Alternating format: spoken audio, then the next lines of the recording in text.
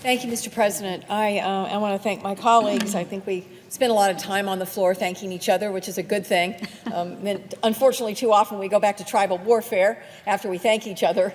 But this is an example of where we have worked together in a bipartisan way. And so I think those thanks are justified, particularly in this case when there has been an honest and true bipartisan effort to get at a really serious problem in this country. It was a pleasure to work with my colleague, Senator Portman, as we did this investigation.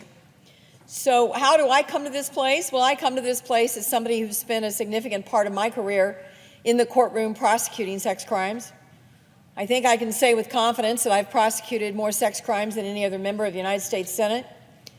I can't speak for the House because I'm not familiar with the backgrounds of all the House members, but I spent years as an assistant prosecutor, and part of that time I was the only woman in the office, and for some reason they thought that was a good reason to have me have expertise in the area of sex crimes, which I was happy to take on the responsibility of handling a lot of those cases as a young assistant prosecutor, going into the courtroom and arguing cases to juries, holding the hands of victims, crying with their families, trying to find that special spot that's called justice in a system that sometimes is stacked against the victims of these kinds of crimes.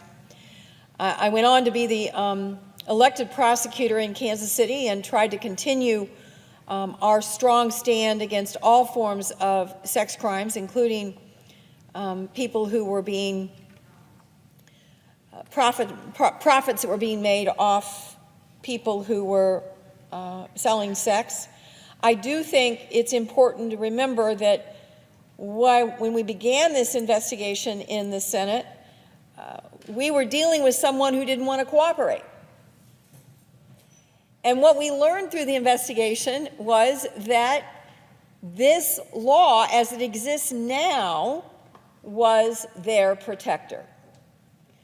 They were being protected for their bad acts by an outdated law that was being twisted and distorted to allow them to make billions of dollars of profit. And frankly, millions upon millions upon millions of dollars of profit off trafficking young women for sex. So prosecution of cases is not driven by headlines. It's not driven by press conferences. It's not driven by photo ops. Prosecution of cases is driven by evidence. And you only get evidence after a thorough and complete investigation. That has to be in depth. Now, can you imagine, Senator Portman, I know that you will relate to this. Can you imagine that if when Backpage said, we don't want to talk to you, we said, okay, that's fine. When Backpage said, we refuse to be interviewed, we just said, okay, no problem. We don't have any evidence of wrongdoing. Let's just go on our way. Instead, when we were confronted with their stubborn unwillingness to participate in a United States Senate investigation, we did what was necessary to hold them accountable. And it involved the cooperation of the entire Senate. Once they rebuffed our subpoenas and refused to show up, and once they said, no, we don't have to give you anything because of the current law as it relates to Section 230, we said, no, that's not true. And we got the entire United States Senate to back us up. Every single member. Now, I don't know how unusual it is in this day and age to have 0 on one side of the ledger in the United States Senate, but I don't know about you, Senator Portman, but I've seen it very few times. There's usually 1 or 2 that hang out there for some reason or another, no matter how uncontroversial a piece of legislation is.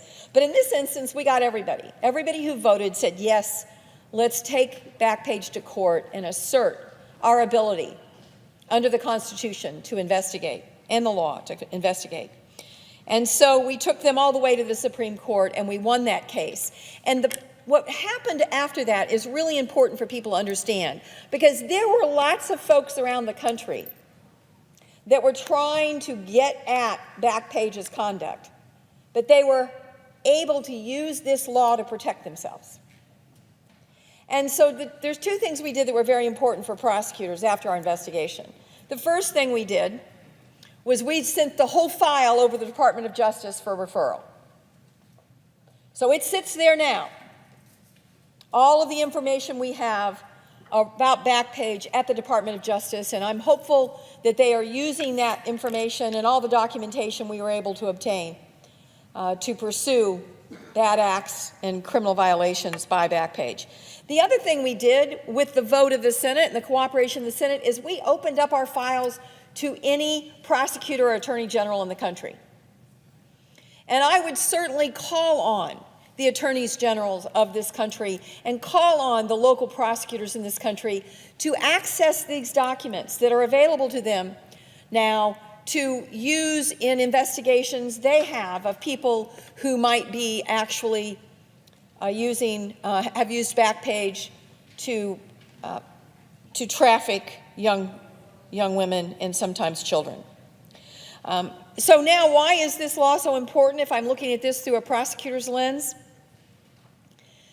Now, all the prosecutors in the country can go after anyone who knowingly facilitates sex trafficking online. Now, I'm not saying accidentally, and I'm not saying that it slipped through and they didn't know it. I'm talking about knowingly facilitate, which is what Backpage was doing. We learned once we got all their documents. They were knowingly facilitating sex trafficking on their webpage. Now, not only can individuals walk in the courthouse and get a moment of justice through civil action, attorneys generals can now take civil action, even in federal court, against these websites. And most importantly, where most crime is prosecuted in this country, they can go after these folks. And I don't think most Americans realize, I know a lot of Missourians don't realize, that upwards of 90% of the crime that's prosecuted in this country is done by local prosecutors. FBI agents don't answer 911 calls. FBI agents get to pick where they investigate. U.S. attorneys get to choose which cases they take. Not local prosecutors. They take everything. Every crime that is committed in the jurisdiction, they have to go after.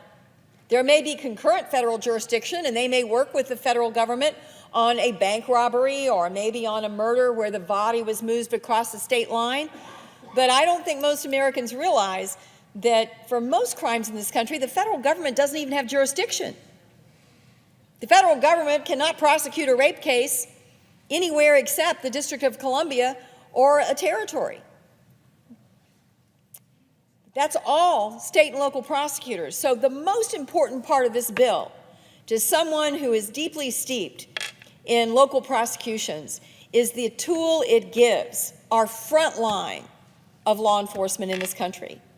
The people that answer the 911 calls, the people who respond to the emergency room when the young 15-year-old girl wanders in like she did in St. Louis, saying that she'd been trafficked up and down the interstate and was coming in the emergency room for help. It wasn't the FBI that responded. It would be the local police that responded to that emergency room to find out what the facts were and determine how to go forward. So this is a new tool in the toolbox of the front line of criminal prosecutions in this country, and I'm so proud to have been a part of it. I know that there are going to be some amendments offered. I'm confident they will be voted down. And by the way, everyone wants to support more resources for this. So the notion that more resources is one of the amendments in an effort to try to amend the bill so it has to go back to the House is one of those jujitsu moves that we do around here, frankly, that's not always productive. Of course, we all support more resources for sex trafficking prosecutions and investigations. But we don't want to amend this bill right now because it's got to get to the president's desk so we can get busy and get after this crime and do what we need to do in this country to hold people accountable who are profiting off the backs of people who sell children for sex. Thank you, Mr. President. I yield the floor, and I thank my colleague, Senator Portman, for all of our work and cooperation on this issue.